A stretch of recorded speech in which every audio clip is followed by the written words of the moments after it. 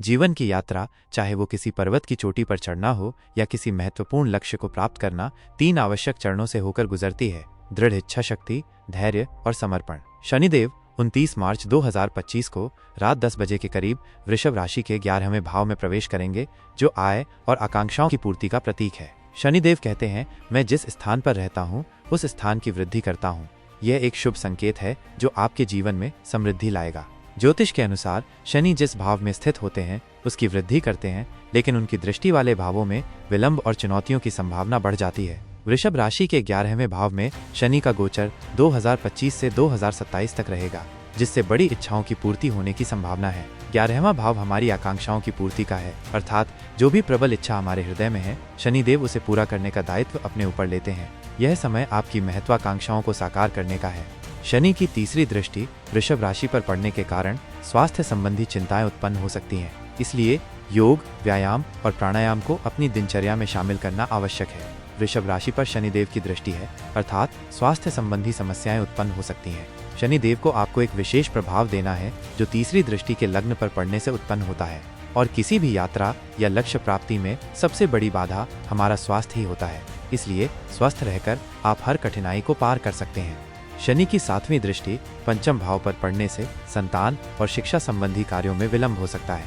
पंचम भाव हमारे संतान का है। संतान संबंधी किसी कार्य में अनावश्यक विलंब हो सकता है या संतान प्राप्ति में भी विलंब हो सकता है। पंचम भाव हमारे निर्णयों का भी प्रतिनिधित्व करता है, इसलिए निर्णयों को लागू करने में भी विलंब हो सकता है। धैर्य रखें और सकारात्मक दृष्टिकोण बनाए रखें। पंचम भाव प्रेम संबंधों और निर्णयों का भी प्रतिनिधित्व करता है, इसलिए अपने प्रियजनों के साथ मधुर संबंध बनाए रखना और महत्वपूर्ण निर्णय सोच समझकर लेना आवश्यक है। शिक्षा के क्षेत्र में ऑनलाइन शिक्षा और पुस्तकों से जुड़ना लाभकारी रहेगा। पंचम भाव ही वो स्थान है जहां हमारे प्रेम संबंधों की गहराई प्रदर्शित होती है। कोशिश करें कि जिनसे आप प्रेम करते हैं, चाहे वे जीवन साथी हों या कोई और, उनके साथ प्रेम और समझदारी से जीवन व्यतीत करें। प्रेम और समझदारी से हर रिश्ते को मजबूत करें।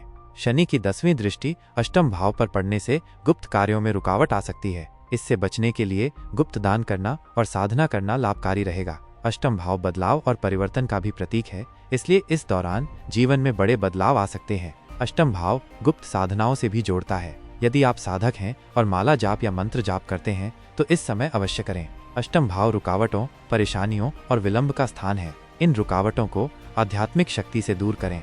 शनि का 11वें भाव में गोचर अनुकूल माना जाता है, जिससे बड़े लाभ और लक्ष्य प्राप्त हो सकते हैं। यदि इन 3 चरणों को सही ढंग से पार किया जाए तो शनि का ये गोचर वरदान साबित हो सकता है।